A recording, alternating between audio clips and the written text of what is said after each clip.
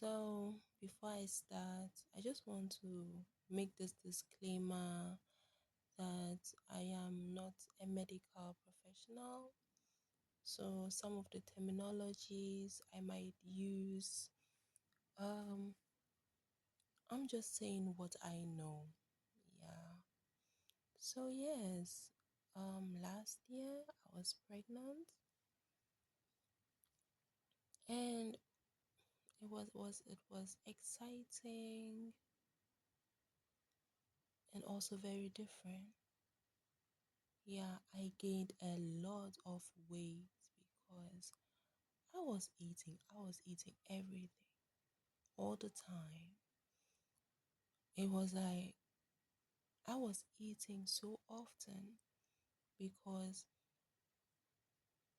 any little moment is like there's no food in my system, then I'll start, I just feel kind of faint.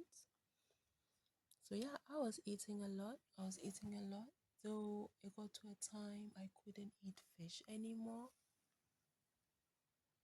Yeah, because I really like fish, but then I couldn't eat fish anymore, and I couldn't eat meat anymore. So then I was just but yeah, I had a lot of fast food. I just ate everything, because usually in my normal life I'm very health conscious. There are a lot of things I don't eat.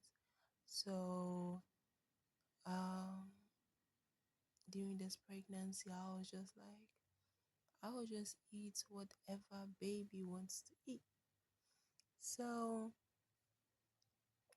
everything went on well for a few weeks until I started spotting.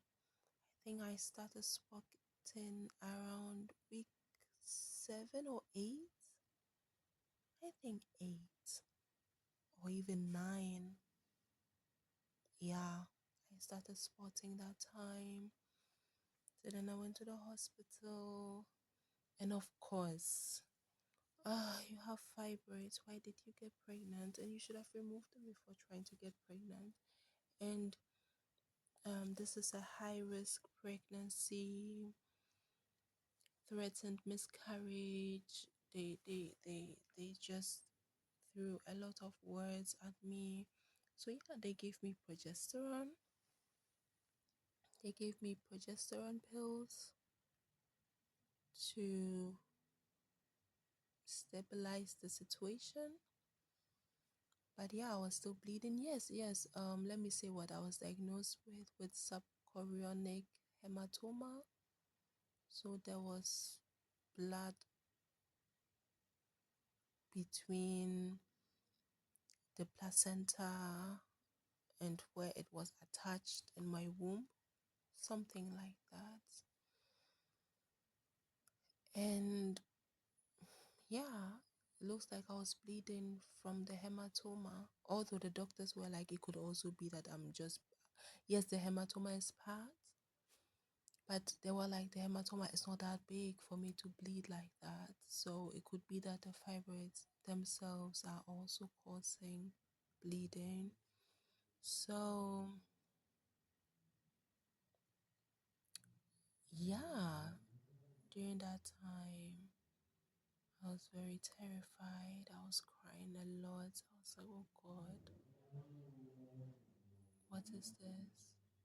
I'm sorry if you can hear some noise in the background. I don't know if you can, if you heard some noise in the background. I'm sorry for that. So yeah, and then yes, of course, I was put on bed rest. Put on bed rest. Couldn't lift anything. I wasn't supposed to go anywhere far, not walking for long. And I even noticed it by myself that whenever I'll just go to the market and get some foodstuffs, I'll get back home and then the bleeding had increased. During that time, I read a lot about subchorionic hematoma. Some YouTubers said orange juice helped, pomegranate juice helped. I got myself a lot of those juices. The bleeding did stop for a little bit, but then it started again. It was just it was such an emotional roller coaster, like crazy. And whenever I would bleed a lot, go to the hospital, they would do the ultrasound. And I live in Ghana. In Ghana, it's easy to get ultrasounds. It's not like abroad where you have to schedule appointments and all that. Here, you can get ultrasound done at every corner. So yeah, then I'll get the ultrasound done. They'll be like, "Oh, baby is fine. Don't worry. The bleeding is from the fibroid, or the bleeding is from this and that." Okay. So yeah, but they did tell me that they are hoping the pregnancy can make it to like 6 months because of the size of the fibroids. And they said once time is up, I would have to undergo a cesarean because one of the fibroids is very big and blocking my cervix. So it was just a lot to take in. Yeah, I was at the hospital a lot because I was terrified. I really did not want to lose this baby. And you see, everybody's just like, oh, once you are done with the 12 weeks, everything is good. Once you hit the 12-week mark, nothing can happen. So I had put a lot of hope in that. I was like, the 12 weeks, the 12 weeks, the 12 weeks, God, please, 12 weeks, 12 weeks. And I think at week 11 or 10, I went to get a scan done, and my baby was moving, floating so beautifully. Sorry, so beautifully in my womb. It was really nice. I took a video of it. I still have the video, although some people have told me to delete the video. You can let me know what you think about it, whether I should keep the video or not. But yeah, it was just so nice. So yeah, I told my husband about it. I sent my mother-in-law the video. I sent the video around because I was so proud. I was so proud that there was this very tiny human being in my womb just floating around. Though you could see the fibroids, like the big fibroid as well. But then I was hopeful because if people can carry quintuplets, triplets, twins, my baby would survive. So yeah, everything was good. I was still on bed rest, and so it was like this. I was supposed to go back to work on Thursday, but before that, the doctor has to clear me. So it means I would have seen a doctor on Wednesday. So he clears me to go back to work on Thursday. But then I just felt so off. I felt so off. So I kept on begging my husband. I was like, let's go earlier for the check because I just feel like something is off. I just feel like something is off. So we ended up going on Tuesday. So I was with my husband. That was the first time he would have seen our baby on the ultrasound moving about. So we went to the place where they do the ultrasound, and the sonographer applied the gel on my belly. There's this big screen where you can see the baby, and everything was very dull. I couldn't see the baby. So I was like, this is not how it looked the last time I came here. Like, where's my baby? And the sonographer was like, you can't see your baby because there's no fluid. You don't have any amniotic fluid. And I was like, wow. At that moment, as I was lying down, I was already panicking. I was like, what can we do? What can we do? And that day, I was like a little above 12 weeks. I was 13 weeks. And it was like, what? So the sonographer was like, we should see a doctor as soon as possible. So then we went to the clinic where I go for my prenatal visits. And they did another scan there and they were like, there's no fluid. And I did remember that on Sunday, I like the Sunday before, I did feel some fluid and the smell. So I actually Googled it. I Googled it and it could have been amniotic fluid. But then it's very rare. It's very, very rare to lose amniotic fluid this early into a pregnancy. So I brushed it off. I was like, no, maybe it's just one of these pregnancy discharges. So yeah, but then in the course of the days, I wasn't feeling fine. Turns out I even had an infection, possibly caused by what happened. Because it's like the baby's just lying in your womb without any covering, without any fluid. So yeah, we went to the clinic, to the hospital where I usually go. They confirmed there was no amniotic fluid. The sonographer there was like, the baby has even turned, like the baby has even turned towards the cervix. Like this little 3-month old pregnancy thinks it is time to come.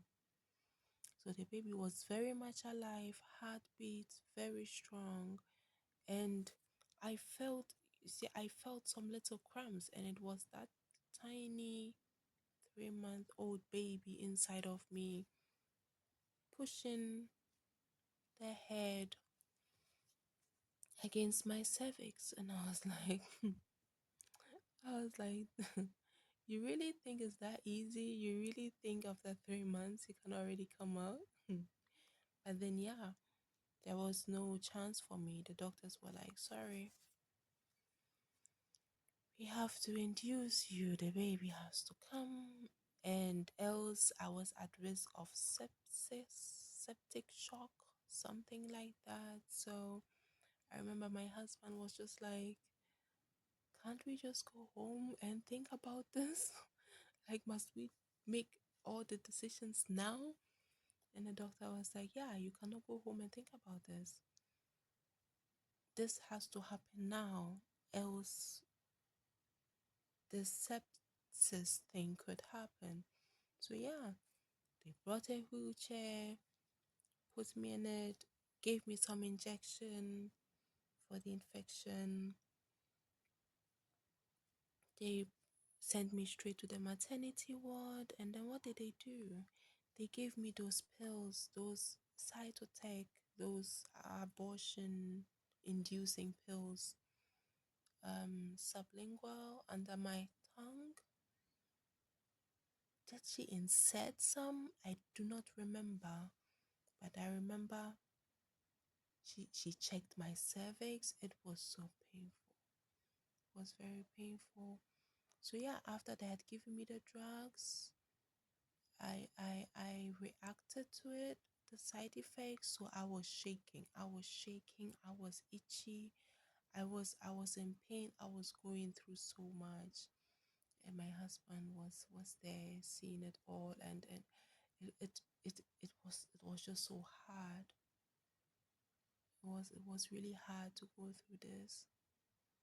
And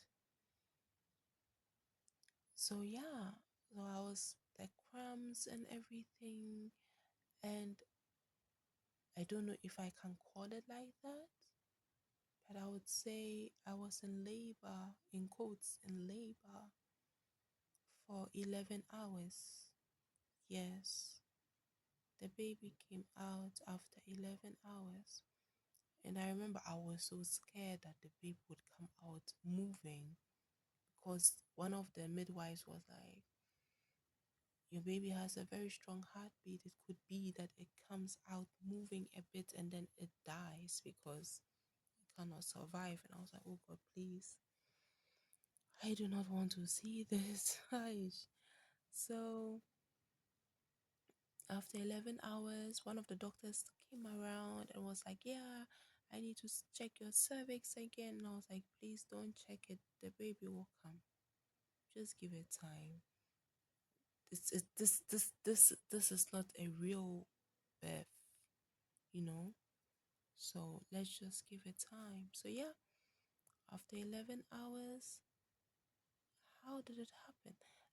I just felt like something was just coming, and it just flashed out everything at a go, with the placenta and everything just flashed out like that. And um when I felt it was about, yes, when it was about to happen, like some blood was gushing out, so I told my husband to leave the room. I really didn't want him to see these things, although um oh wow, I didn't expect to get emotional about this, because it's this happened last year. But recalling the experience, wow, I didn't expect this. So yeah, so he left. Like, I wanted him to leave. Although I had always told him that when I give birth, I want you to be there. So he even said it. He was like, but you told me you want me to be there when you give birth. And I was like, yeah, but not like this.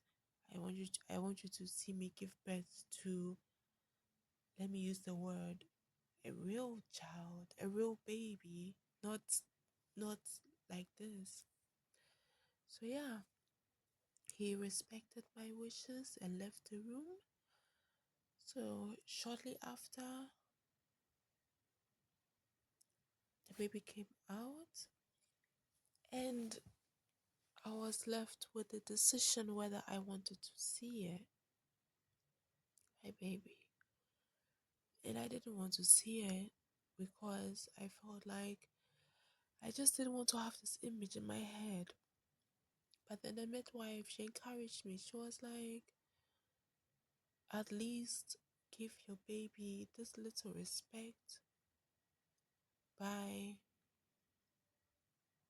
at least acknowledging it and looking at your baby.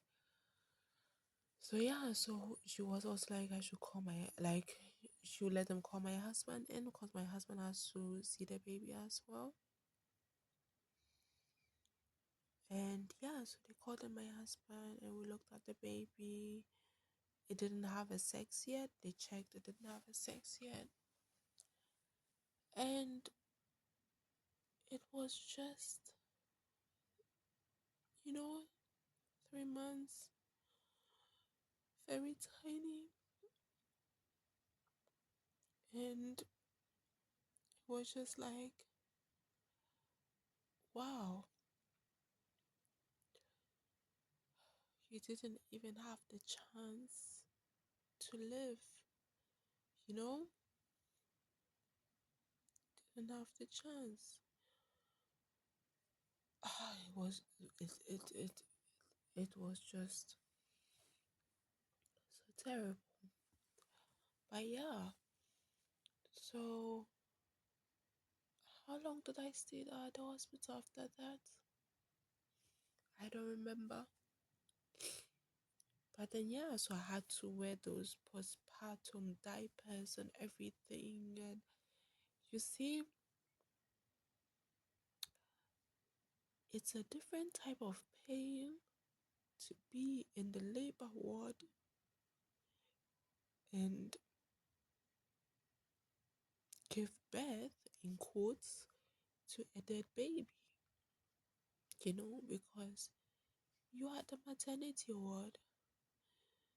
You see, this is not how it's supposed to be. After my experience, I wished they had a special room for cases such as mine. I wish they had a special room for that. Yeah. Anyways, let me get myself back together and continue my voice note. Yeah. So yeah, this is how I lost my baby, because my membrane ruptured and I lost the amniotic fluid. What caused it? Well, I'll never know. They said it could have been the fibroids, it could have been the hematoma, it could have been anything. So yeah, yeah. Let me talk a bit about how I healed from this. Um, it was hard when I got home. It was so hard. I felt like God had forgotten me because I had been praying throughout the pregnancy. Positive declarations, positive acclamations, affirmations, everything. Like I had a name for my baby and everything. And then this, I was so shocked. I never ever saw this coming as the Christian that I am. I never ever saw this coming. So when I was home, I it really got to the point where I was like, what's even the point of being a Christian? Like, what's the point of all this if something like this can happen to me? Like me, you know? But then how long did it take till I snapped out of it? Maybe a week, maybe two. What I did was, but by God's grace, I also have a very strong support system. My family and friends, they are perfect. So what I was doing was I would connect sermons to my speaker and just let it play. I'll just be lying down, crying, and I'll just let the sermons play. I'll let the sermons play. I'll let the worship music play, the gospel music. I'll just be letting it play in the background. And then it just got to a point, you see, it gets to a point where it turns from background noise to you actually listening to the messages. And that is how I found my way back to how I got my sanity back. Yeah, I'm very grateful to God because anything could have happened. Yeah, so um yeah, that's how I lost my baby. Yeah, yeah. So you hear from me another time. Bye.